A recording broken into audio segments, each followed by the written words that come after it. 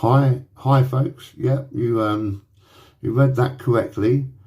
The UK have now banned the last place you can go and free camp, which basically means go and set a tent up without having to ask permission for this or that or whatever. They've banned it. The next nearest place is Scotland, and that won't last long, because the same type of monsters that have got the moors and basically everywhere in the UK closed down exist in Scotland as well. Now you have to bear with me. I want a little bit of fun with this, and don't be put off when I say monsters. Don't be put off by the first part of the video. So okay, let's just get into this, because it's abhorrent, and it's a history long story. Hi folks, so this is beautiful Dartmoor, and along with many other moors years ago, the news media was saying that, here's Exmoor by the way, was saying that there was sightings of big cats, and they closed all the moors all over the UK. Now, these are actual, by the way, real news images of people that captured the cat. Livestock was turning up dead, slaughtered. People were taking some very dubious photos of what they said was the beast of Bodmin. That theory didn't hold sway because of the ridiculous pictures, so people started coming up with the werewolf theory. Yeah, that's right, werewolves on moors, which is actually quite exciting, but it's starting to sound like a certain movie we all know. And then a few people picked up on the extraterrestrial and military connection on the moors, which has been documented in various actions. The truth why it happened is the same old story, and that's greed. Every country looks overpopulated. Obviously, reason being is because everyone's put in these population centres, like on these red dots on the map of the UK. Everywhere around them is all land, open land, free land. So who's the real monster that caused this last bit of freedom? This guy, Alexander Darwell. He is the 6th largest owner of Dartmoor, and he owns the 4,000-acre Blatchford estate. And he successfully put a court case in banning camping. This guy here, the Duke of Westminster, also aristocracy obviously, is the UK's wealthiest landowner. He works in connection with the National Trust, and they are basically the guardians for land, right of way, countryside, whatever, and they dictate what goes on there. And their biggest champion was King Charles, once Prince Charles. He would do talks, he would raise money left, right and centre, and also invest in the heritage of these sites and old country houses, which made him part owner. There's a revelation. So it's the same old get off my land story, and you see signs like this everywhere now. Banned, public access banned, blah blah blah.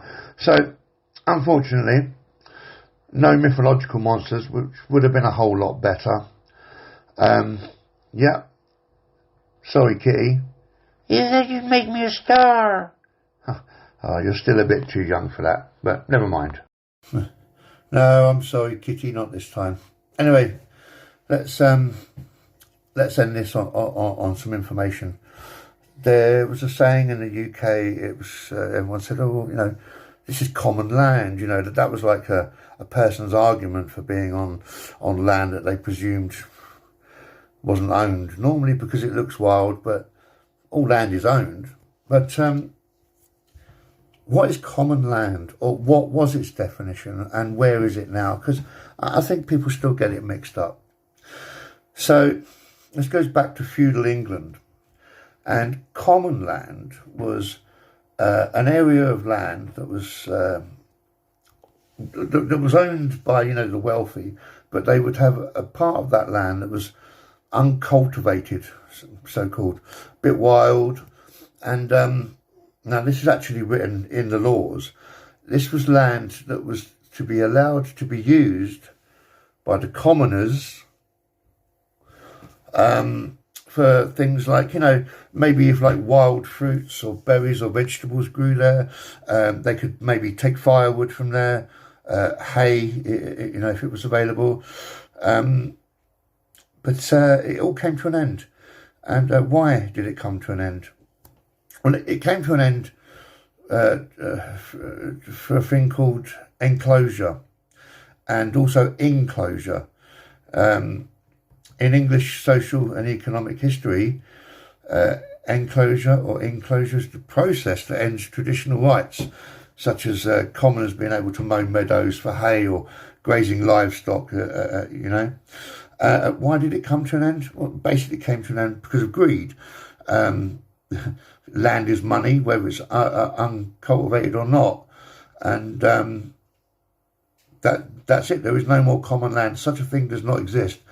Now, with Darwell, Alexander Darwell, putting a stop to the last free tenting area in the UK, it just goes to show that these people, they're monsters, okay?